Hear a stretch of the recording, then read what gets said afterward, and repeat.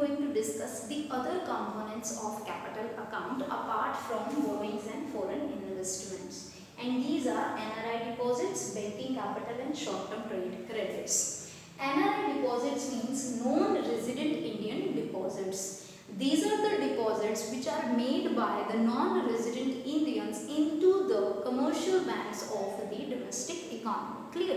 Means when any non-resident of India having its deposits into the bank of the domestic economy, then these are termed as NRI deposits. Clear?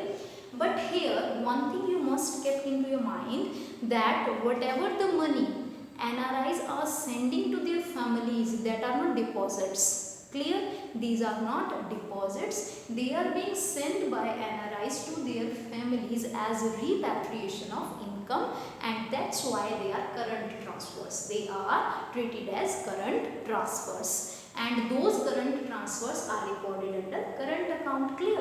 But here we are talking about the deposits of NRIs into the banks of the domestic country. For example, any NRI having a fixed deposit into the Commercial Bank of India, so that deposit is termed as NRI deposit, and it is a asset for the commercial bank. It is an asset for the commercial bank. Clear?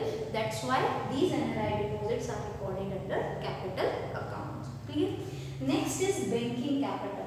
Banking capital refers to the foreign assets of the commercial banks of the domestic country. Like for example, the Indian commercial banks are having foreign assets with itself. Clear?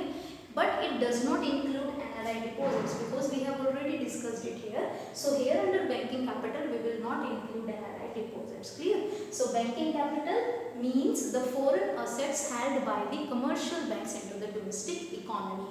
Owing to this foreign assets, the commercial bank will have more inflow of foreign exchange into the economy, because if the commercial bank needs to liquidate these foreign assets, means if the commercial bank wants to sell these foreign assets, then there will be liquidity into the market, and these foreign assets will be the source of having inflow of foreign exchange into our country. Clear? So the banking capital means the foreign assets held by the commercial banks of the domestic country, but it does not include NRI deposits. Clear?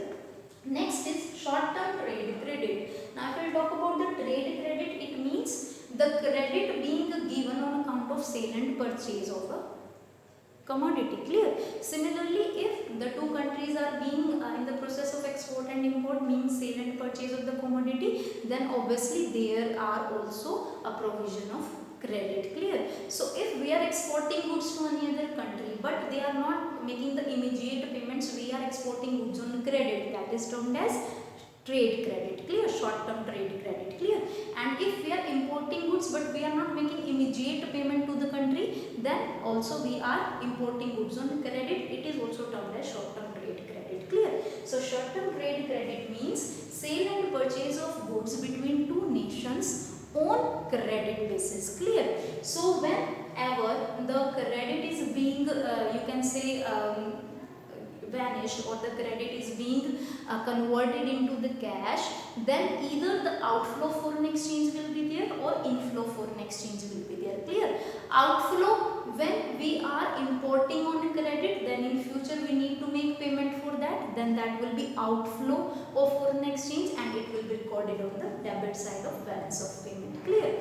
And if we are having we have done export on credit basis, and in further coming 1 or 2 months we are now getting the payment for that or receipt for the export, now that is inflow foreign exchange into the country, and it will be recorded on the credit side of BOP. Clear? So these are the other components affecting the assets and liabilities of the country, so these are recorded under capital account. So let's revise once again all the three components of capital account. The first is borrowings, which includes external commercial borrowings and external assistance. Second is foreign investment. It includes portfolio investment and FDI, foreign direct investment. And third is other components, which includes NRI deposits, banking capital except NRI deposits, and short-term trade credit. So these are the components of capital account of balance of